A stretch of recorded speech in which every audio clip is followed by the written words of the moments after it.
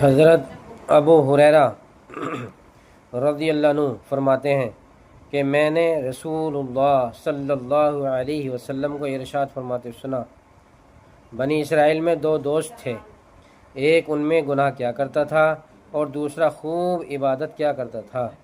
عابد جب بھی گنہگار کو گناہ کرتے ہوئے دیکھتا تو اس سے کہتا کہ گناہ سے رک جا۔ ایک دن اسے گناہ کرتے ہوئے دیکھا تو پھر کہا کہ باز آ جا۔ اس نے کہا کہ مجھے میرے رب پر چھوڑ دے، میں جانوں میرا رب جانے، کیا تجھ کو مجھ پر نگراں بنا کر بھیجا گیا ہے؟ عابد نے غصے میں آ کر کہا، اللہ کی قسم، اللہ تعالیٰ تیری مغفرت نہیں کریں گے، یا یہ کہا کہ اللہ تعالیٰ تجھے جنت میں داخل نہیں کریں گے۔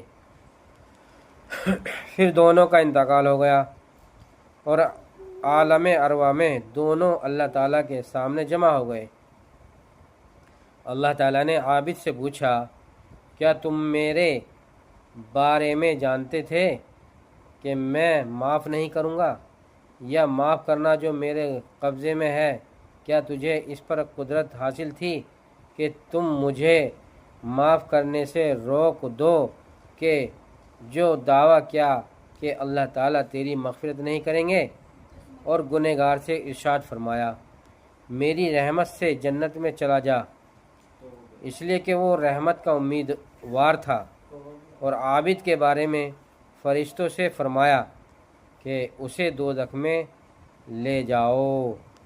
فائدہ: حدیث شریف کا یہ مطلب نہیں کہ گناہ پر جرات کی جائے، اس لیے کہ اس گنہگار کی معافی اللہ تعالیٰ کے فضل سے ہوئی۔